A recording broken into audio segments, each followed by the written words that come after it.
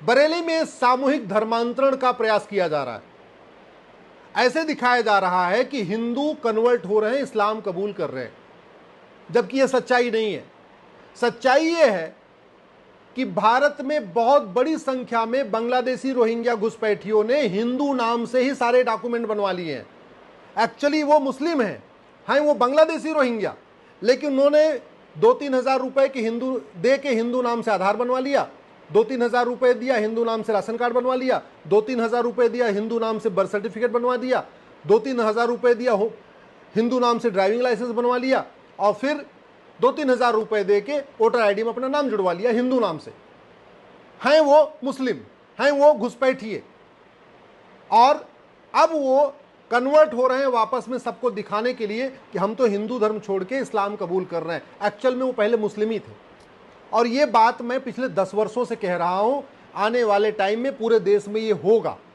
आने वाले टाइम में पूरे देश में, बंगाल में, बिहार में, गुजरात में, तमिलनाडु में, हरियाणा में, हर जगह ये आपको सूचना मिलेगी कि लोग सामूहिक रूप से इस्लाम कबूल कर रहे हैं। एक्चुअल में वो घुसपैठिए हैं, वो मुस्लिम ही हैं, बस उन्होंने डॉक्यूमेंट बनवाने के लिए अपना हिंदू नाम उपयोग किया।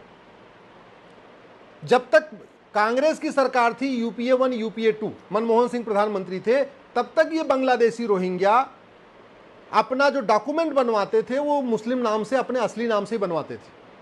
पहले भी वो घूस दे के आधार बनवा लेते थे, घूस दे के राशन कार्ड बनवाते थे, घूस दे के वोटर आईडी बनवाते थे, लेकिन कांग्रेस के समय में जब अपना वो कागज बनवा रहे थे तब उन्होंने मुस्लिम नाम से बनवाया, तो इसलिए उनको कन्वर्ट होने की जरूरत ही नहीं है।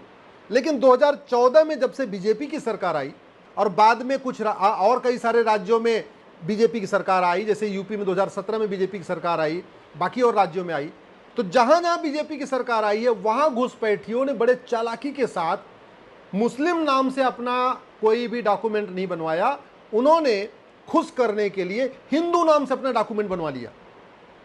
ये बांग्लादेशी रोहिंग्याओं ने जहां जहां बीजेपी का शासन था, और खासतौर पे 2014 में मोदी जी के आने के बाद बड़ी चालाकी से उन्होंने पैसा दिया और हिंदू नाम से आधार बनवा लिया, फिर 2-3 हज़ार रुपए दिया, हिंदू नाम से उन्होंने राशन कार्ड बनवा लिया, फिर घुसपैठियों ने 2-3 हज़ार रुपए दिया, हिंदू नाम से बर्थ सर्टिफिकेट बनवा लिया, हिंदू नाम से उन्होंने ड्राइविंग लाइसेंस बनवा लिया, हिंदू नाम से उन्होंने बैंक में खाता खोल लिया, हिंदू नाम से उन्होंने बाकायदा वोटर आईडी में नाम जुड़वा लिया।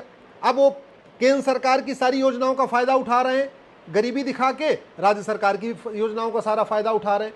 तो जो बांग्लादेशी रोहिंग्या मुस्लिम नाम से बनवाए हैं अपना डॉक्यूमेंट कांग्रेस के शासन में, कांग्रेस के राज्य में, वो तो माइनॉरिटी कमीशन का फायदा उठा रहे हैं। सारा माइनॉरिटी कमीशन का जितनी योजनाएं हैं, माइनॉरिटी अफेयर मिनिस्ट्री की जितनी योजनाएं हैं, सेंटर के माइनॉरिटी की जितनी योजनाएं हैं, राज्यों की जितनी माइनॉरिटी की योजनाएं, वो सारे बांग्लादेशी रोहिंग्या माइनॉरिटी का फायदा उठा रहे हैं।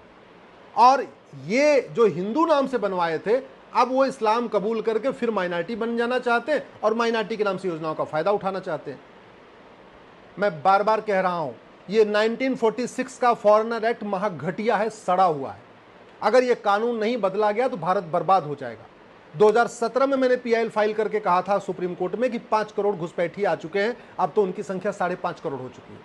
समाधान कठोर कानून, घुसपैठियों और उनकी मददगारों की 100% संपत्ति जब्त करने, घुसपैठियों और उनकी मददगारों की नागरिकता खत्म करने, घुसपैठियों और उनके मददगारों को आजीवन कारावास देने के लिए कानून बनाना पड़ेगा। तभी घुसपैठ रुकेगी और तभी ये घुसपैठिए भागेंगे भी।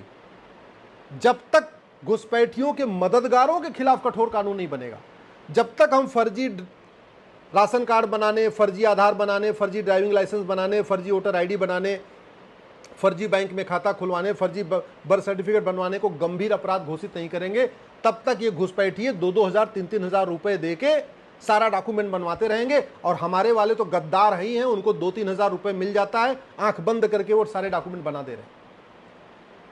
घुसपैठ राष्ट्र की सुरक्षा के लिए खतरा है, लेकिन पुलिस इस पे एनएसए नहीं लगा रही है, क्योंकि एनएसए में घुसपैठ को शामिल नहीं किया गया।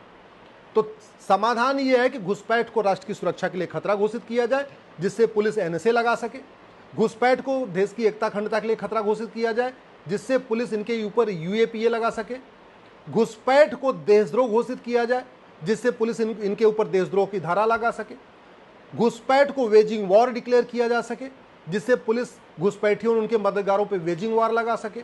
घुसपैठ को ऑर्गेनाइज क्राइम घोषित किया जाए, जिससे घुसपैठियों उनके मददगारों पे गैंगस्टर एक्ट लगा दिया जाए। अल्टीमेटली भारत में घुसपैठियों को बसाने के लिए भारत के अंदर से भी फंडिंग हो रही है, भारत के बाहर से भी फंडिंग हो रही है।